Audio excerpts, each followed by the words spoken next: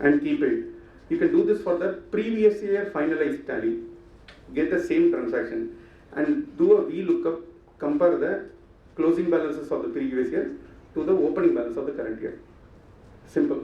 So irrespective of the number of ledgers, even if it's 10,000 ledgers, the reconciliation can be done in a matter of seconds. Also, you can save this Excel file. Whenever you open, you can right click and do a refresh. All the data will flow in. For example, let's assume there is a first ledger called alpha provisions here. So I'll go to tally. It says opening balance is 27,000 minus all debits, positives are credits. So I go to tally, alter the ledger alpha provisions, change the opening balance to 4,000 credit.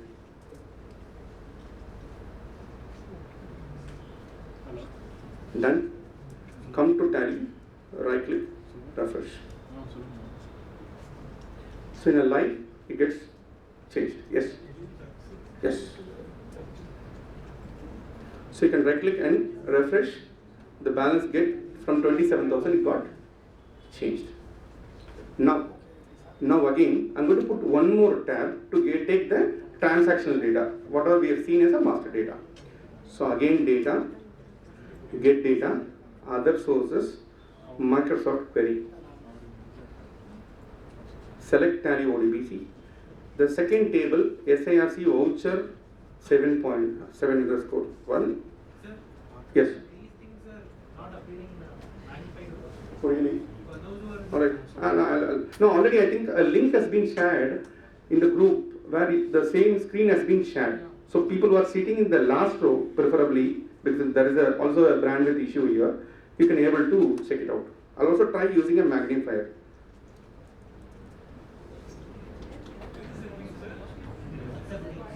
Yeah, it is in this WhatsApp group. You can refer, especially the last 3 rows. I'll also try using a magnifier.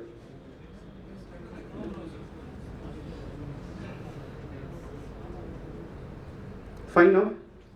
Yes, the last row? Fine? Yes, thank you. So this is the second table which I'm clicking, moving on all the columns of this table to this query and do a next, and finish. So this step will take a while. For example, this particular tally data I've shared which has 700 entries. It will get over usually in less than 10 seconds of time. It has 10,000 entries, then it might take some little over 30 seconds. It has then 20,000 entries, might take 1 minute of time. So it is asking you where to plot. By default it is in cell A1 and giving OK. Now all transactional data is being pulled out of Excel, so pulled out of tally and pasted in Excel. Like the similar way the master data has been imported.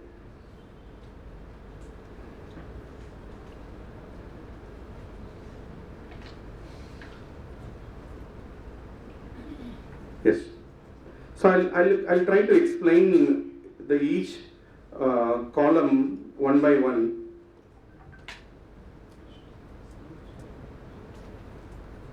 This level of magnification is fine, sir? Yes? Please share your screen. வேற ஏதோ பிரச்சனைங்க because என்ன யாருமே use பண்ணல பவர்னால இல்ல இங்க use பண்ற பவர்னால இல்ல yes sir yes Can you please share the screen? Webex already shared.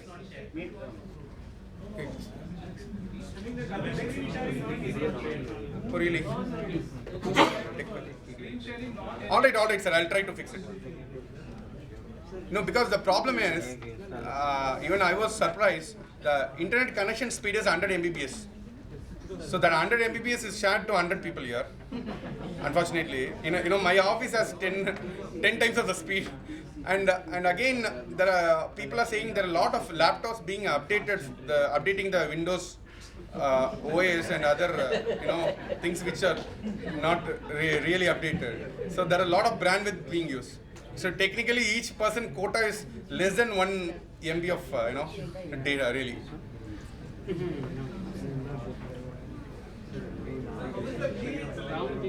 Yes. Yeah. The period will be the default period what the tally data has. And also the period is captured in the last few, last few columns of each and every table. I'll quickly run through this transactional table, then I'll tell you what settings you have to make so that this appears in your system.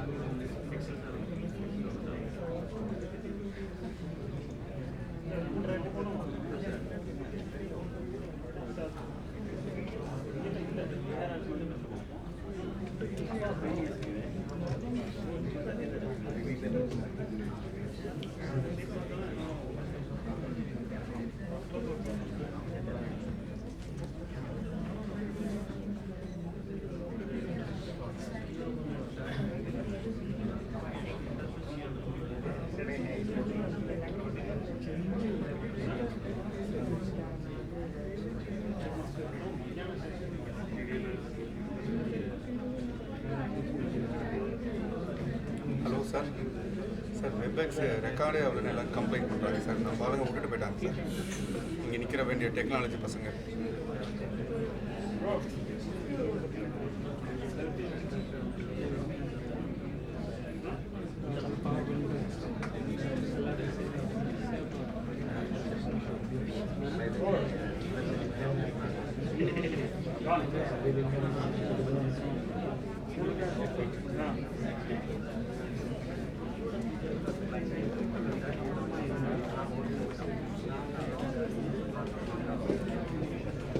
Sir, before it's being fixed, I'll quickly explain you what is this TDL and how things are working, sir.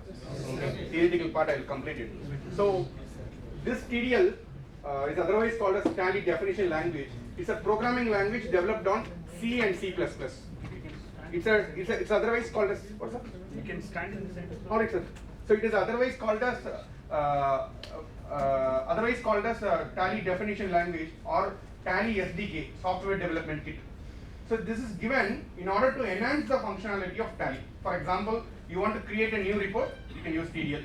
You want to create a new module, for example, a restaurant module, you can have TDL. You want to create a new collection, you can do. You want to import Excel transactions into Tally, you can do TDL. So TDL has a variety of functions. If the moment a sale is happened, you want to send a WhatsApp or a SMS, you can use TDL. So TDL has a lot of features. You can customize an invoice using TDL. So there are a variety of features in TDL, and there are a lot of developers you would have known who will be developing TDLs, or the Tally people who are supplying you the licenses, renewals, they will support with this TDL. But the concerned part of this TDL for chartered accountant is called collections. So collections collect the data from all the transactions, create a table. The primary objective of collection is table, or collections are otherwise called as tables. Table are nothing, sir, a big array of data having certain number of rows and columns. So it's called a table. So primarily, I have created a collection to create two tables. One is a ledger table, another one is a transactional table. You can do variety of tables, sir. You want list of good ones, you can have one table. So as long as you know how to write a collection, you can write a small script file attached to Tally. That's all. It will give you a transaction. So this is what a TDL is, sir. So TDL can also be used for other functions. I have given you two TDLs. One is for collection, another one is for transforming Excel entries into Tally. Excel level the other collection which is called fast entry. We will later see in the session how we can transform a bunch of entries from Excel to Tally.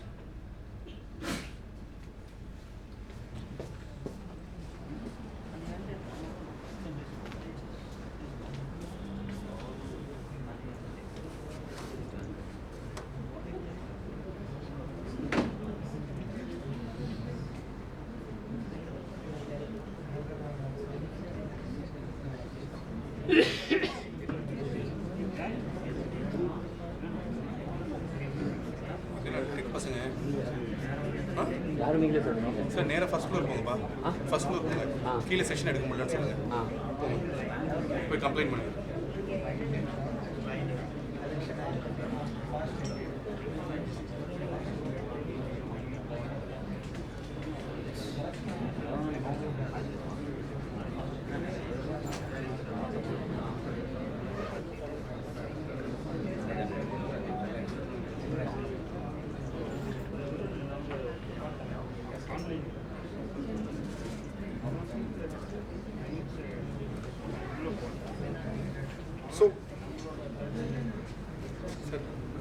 Meeting record ஆகணும்னு சொல்லுங்கள் tech team இதை on பண்ணி கொடுங்க sir.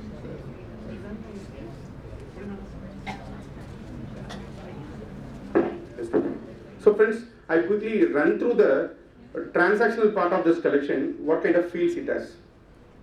So, I went on with very basics.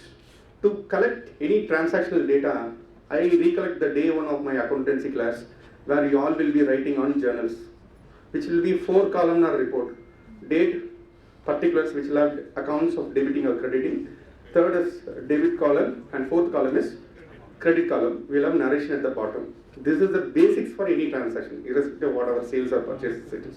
So I thought, why don't I write this 4 columns or 5 columns including narration, put as a report. I initially did this. Later from 5 I expanded to 35. Currently what you are seeing is 35. I'll quickly run through each and every sheet, every data like this. So this is the date field. Second one is voucher type. I'll highlight the important ones. Later I'll cover you the voucher type names. Third particular field is the ledger name field. Fourth one is amount field. Fifth one is debit amount, credit amount separately. So if you can see, these two are one entry. By the amount you can compare and tell. These two are one entry. And where this alpha provision has been grouped is given as sundry debtors. Where this cash is being grouped as given as cash in hand. So like that, a relative reference of each field is given at the last. So this is called a parent and this is called a primary group. If you have subgroups, since both the columns are same, if you have subgroups, it will give you the subgroup's name in the parent column. And the primary group is the ultimate group where the balance sheet has been mapped. Okay, this is the party name. If you have a sales or a purchases entry, you will have party name in every transaction. So this is the party name. And it is the GST number in the transaction. If it is purchases one, you will have GST number in that transaction. And this is the GST number in the master. In this case, the transaction does not have any GST number. However, the alpha provisions GST number, it is taken from the ledger master. And it is asking us, it is taking the GST registration type of the alpha provisions. You all can recollect the clause 44 where we have given disclaimers for the 44AB report, 3CD report. For this particular purpose, this GST registration type has been pulled out. Then company name, then period where the data was selected. You can do Alt F to refresh, another period will come. Because many times we work on a data, at last we will not find, we might find that we have worked on a wrong year. So for that, the year has been taken, and later, company number is captured here, the data number, and forget about this, I'll come later to these fields, and where the data is located also saved in this particular sheet. So there are two sheets, one is ledger data, another one is transaction data. Now I'll quickly show you what these data can do. Quickly, I'll also redo one more time. So I'm going to select everything, insert a pivot table, all the fields.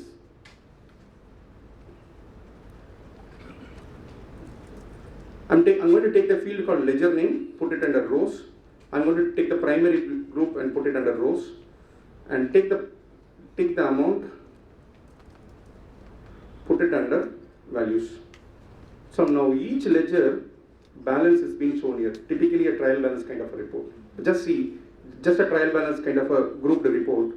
I'm going to take primary group as a slicer, where I'm selecting only the primary groups which are relevant for clause 44 reporting, direct expenses, indirect expenses, and purchase accounts. Okay, there is fixed assets also I should take, but unfortunately I don't have any fixed assets here. So all the ledger expenses being listed. Now clause 44 requires us to split this into 3 parts: registered, unregistered, composition, and others. So that is a registration type which has been taken. So I'm going to drag the registration type to columns. Done. Since it is unregistered here, some cases where the direct payment is made, it is blank. Basically, it is non-registered. So as long as the ledger master's grouping for all debtors and creditors, especially since it's an expenditure, for all creditor has been grouped properly in the ledger master, whether it is regular, composition or others, this reporting will be possible. So in a matter of few clicks. Like that, I'm going to show you one more data, sir. Sir, don't think that I'm rushing, I'm just showing you what is possible out of this.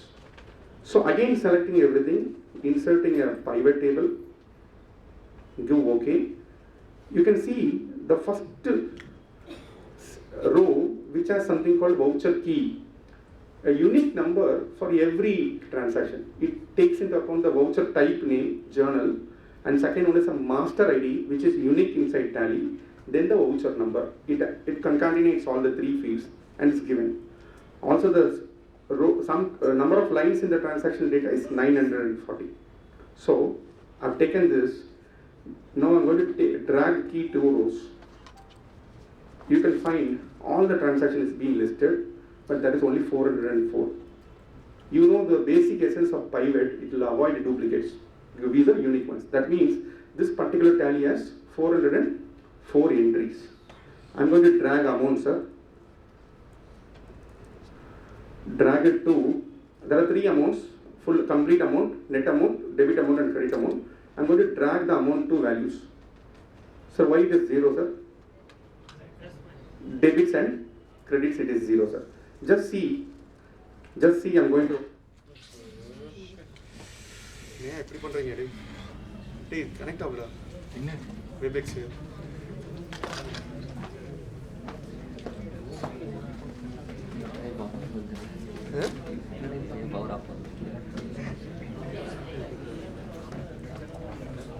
Sir, I think I should not continue with this. First, I will tell you how to connect the 3 settings, so that you have some time to spend in the. Now, I think this is the first thing, sir. I can see 100 plus laptops in this room, and also morning, I came at 7 here. The classrooms were like super full. There's not even a space to take out a chair, especially to fill things. I think institute is going at the 100% occupancy level of capacity and other things. ஏண்டா ஹால நான் என்ன cut பண்ணேன் Webex வரணும் அது Mozilla Firefox